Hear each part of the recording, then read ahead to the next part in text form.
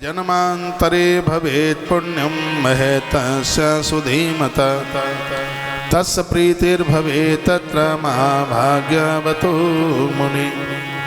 वर्णन किया गया है जन्म जन्मांतर की तपस्या होगी तब इस महापुराण की कथा सुनने को प्राप्त होगी। सदा सेव्या सदा सेव्या सदा सेव्या विशेषतः एतस्य पुराणस्य कथा परम पावनी।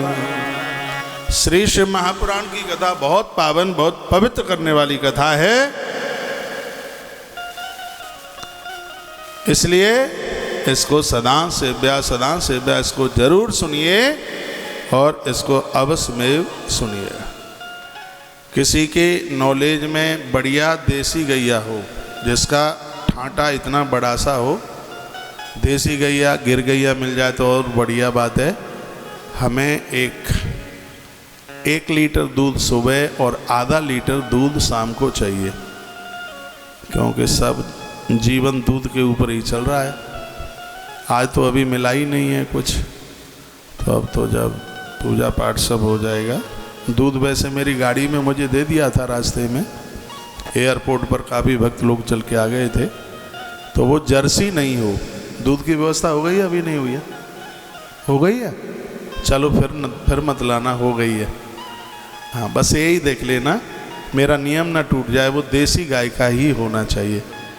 ये कथा कहना ये मेरा कोई पांडित कर्म नहीं है, मैं तो गणित का विद्यार्थी रहा हूँ और मैं तो कभी सोचता था कि बहुत बड़ा इंजीनियर बनूंगा, लेकिन नहीं बन पाया।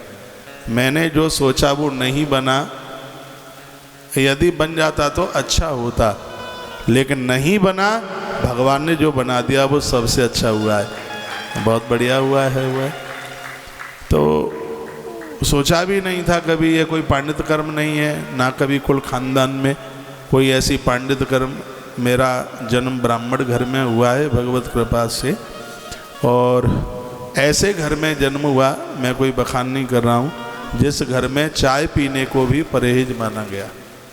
तो पूरे खानदान में परिवार में बीड़ी सिगरेट तम्बाकू ये सब कहीं ऐसी चीज़ें कहीं आसपास में भी नहीं थी, और ऐसी जगह पर जन्म लेने का सौभाग्य मुझे प्राप्त हुआ है। तो कोई पांडित कर्म तो वहाँ था नहीं, और सच तो यही है, यदि ये सेवा प्रकल्प न होते तो मैं तो अपने पास ना 1 रुपया चढ़ने देता, ना किसी से 1 रुपया दक्षिणा में लेता, बिल्कुल भी नहीं। मैंने तो आरंभ की कथाएं, इतनी कथाएं करी हैं गौशाला की, 1 रुपया, भगवान की गद्दी पर बैठा हूँ 1 रुपया नहीं लिया। अस्पतालों की कथाएं करी हैं, 1 रुपया नहीं लिया। ये गौशाला बनाने की मन में आ कैसे गई वो भी सुन लें आप। पता नहीं मैंने पहले कभी बताई है कि नहीं, जिक्र किए है कि नहीं। बहुत लोगों ने गौशालाओं के लिए हमारी कथा कराई। तो सुबह पूर्णावती के बाद में देखा कि बाबा जी कहाँ हैं, कि वो तो थैला लेकर के भाग गए। समिति का अध्यक्ष कहाँ है, का वो तो पैसा लेकर के चला गया।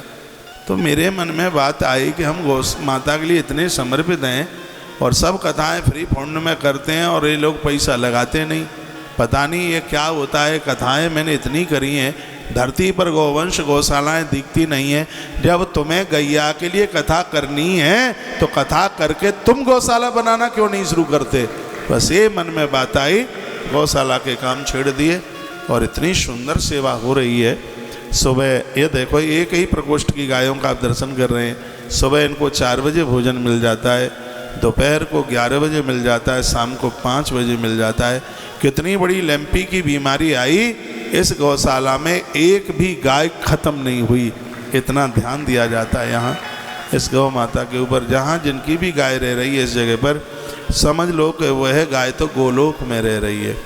धार के मान भावों के पास पैसा रुपया बहुत होगा, लेकिन द्वारा से धार की धरती पर कौशिक महाराज की कथा नहीं होगी। आप कहोगे क्या आप हमसे रूठे हैं? रूठा नहीं हूँ, प्रसन्न हूँ। मुझे पूरे देश में कथाएं करनी है। देश इतना बड़ा है कि कथाएं कहने के लिए मेरी उम्र कम पड़ जाएगी, लेकिन कथा पूरे देश में फिर भी नहीं हो पाएगी। देश इतना बड़ा है, मेरी व्यासपीठ को पूरे देश में जाना है, अपने भाग्य की सराहना करते हुए कि हमारा बड़ा भाग्य है एक गौशाला और कैंसर हॉस्पिटल के लिए, और हमें भी ये कुछ करने का सौभाग्य प्राप्त हो रहा है। इतने बड़े बड़े हॉल गौसदन बन रहे हैं, जिसमें एक एक गौसदन में 100-100 गाय रहेगी। उसमें से हम पूरे देश से एक गैया के लिए छत मांग रहे हैं, जिसका सहयोग सिर्फ 7,000 रुपया है। 7,000 रुपये में टीन चद्दर नहीं है, पूरा आलीशान RCC के लेंटर की गौशाला बन रही है। आप अपने बच्चों को मकान दुकान सब कुछ देते हैं, तो गौ माता को आप एक 28 फीट उसको छत दे दीजिए, जिसमें सैकड़ों हजारों वर्षों तक गौ माता रहकर आपको आशीर्वाद देती रहेगी। अपने अपने खर्चों में से थोड़ा थोड़ा निकाल कर, ये कैंसर हॉस्पिटल की तस्वीर आप देख रहे हैं, अपने अपने खर्चों में से थोड़ा थोड़ा सा आप निकाल करके और इस गौशाला के साथ जरूर जुड़ना। ये गौसदन के ये निर्माण को आप देख रहे हैं, बहुत ज़ोर से काम चालू हो चुका है ये। और रसीद अपने पास में रखिए, कल से हम आपको यहाँ बुलाएंगे भी, जिनका जिस प्रकार से सहयोग होगा। गौ माता की चुनरी, इस गौ माता की चुनरी को कमर के नीचे मत लगाइए, हमारी गौशाला की सिद्ध चुनरी है ये। यहाँ पर कितना भी बड़ा आदमी आ जाए, हम उसको बड़े सम्मान के साथ गौ माता की चुनरी देते हैं, वो यहाँ से प्रदानित होगी। 7 मुखी रुद्राक्ष यहाँ से मिलेगा। बच्चों के लिए विद्या प्राप्ति के लिए वरदान है 3 मुखी रुद्राक्ष, वो यहाँ से मिलेगा। गोमती चक्र का मतलब है जिसके घर में गोमती चक्र पूजता है उसको द्वारका रहने का पुण्य प्राप्त होता है, यहाँ से गोमती चक्र प्राप्त होगा। कौड़ी, शंकर की कौड़ी जिसके घर में पूजी जाती है उसके घर पर जादू टोना टोटका कभी नहीं हो सकता। तो ऐसी सब चीज़ें यहाँ से प्रसाद रूप में आपको प्रदानित होंगी। तो जो भी रसीद बाहर कार्यालय है वहाँ आप जो भी जमा करते हैं रसीद ज़रूर लें। आप कितना पैसा दे रहे हैं और रसीद पर कितना लिखा है उसको ठीक से देख लीजिएगा। मेरा तो स्टाफ बहुत बढ़िया है, यानी कहीं भी आप रसीद लेंगे तभी आपका धन ठीक से अच्छे काम में लग पाएगा। अब आपको लगता है कि रसीद हम घर ले जाएंगे, तो माताएं तो कुछ छिपके भी करती हैं सहयोग, घर वाले को, बच्चों को, बहू को पता ही ना लग जाए। तो फिर वो रसीद ऊपर आओ तो मुझे दे जाओ, रसीद मेरे पास बनी रहेगी, पुण्य आपके खाते में बना रहेगा। तो रसीद ज़रूर लीजिएगा, ठीक है। धन्यवाद। सामने गौ माता की हुंडी रखी है। मैं भी इस पंडाल में प्रवेश करता हूँ तो इसको वंदन प्रणाम करता हूँ। रोज़ वहाँ हवन कुंड जलेगा, उसमें भी 5-4 आहुतियाँ डालकर, और इस हुंडी में जो भी कुछ डाला जाता है अक्षय पात्र में, उसको सिर्फ गौ माता के भोजन के ऊपर ही खर्च किया जाता है और दूसरी जगह नहीं। तो जैसे ही आप अंदर प्रवेश करें, मत्था टेकें, जो भी बने उसमें डालें और वह गौ माता के भोजन, चारे, गुड़ के ऊपर, चोकर के ऊपर वो खर्च होता है। क्योंकि बड़े आयोजनों में व्यासपीठ तक पहुंच नहीं पाते हैं, आरतियां भी घूम नहीं पाती हैं सब जगह, तो उसके लिए गौ माता का अक्षय पात्र ठीक सामने रखा है। धर्मराज दुष्टर के पास एक ऐसा अक्षय पात्र था जिसमें से 10,000 ब्राह्मण रोजाना भोजन करते थे। तुलसी तपोवन गौशाला के पास एक ऐसा अक्षय पात्र है, आने वाले समय में इसमें से 1 लाख गैया रोजाना भोजन करेगी। इसको मंत्रों के द्वारा पूजा गया है और वह अक्षय पात्र रोज उसको वंदन प्रणाम करके, मत्था टेक करके ही आप कथा के लिए अंदर प्रवेश करेंगे। रोजाना में 12 बजे से 2 मिनट पहले पंडाल में प्रवेश करूंगा, क्योंकि 12 बजे मुझे यहाँ पहुँचना है। आप बेलपत्र लेकर के आएंगे, मैं आपके बीच में से अंदर प्रवेश करूंगा।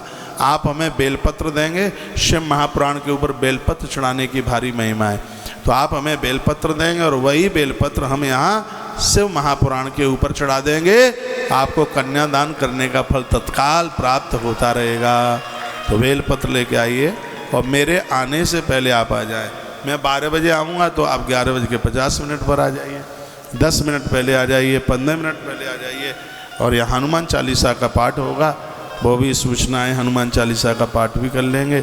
एक बार जयकारा लगाइए, बोल भक्तवत्सल भगवान की हो, श्री हनुमान जी महाराज की जय हो, आज के आनंद जय हो, जय जय श्री राधे श्री राधे श्री राधे सदा सेव्या सदा सेव्या सदा सेव्या विशेषतः एता शिव पुराणस्य कथा परम पावनी।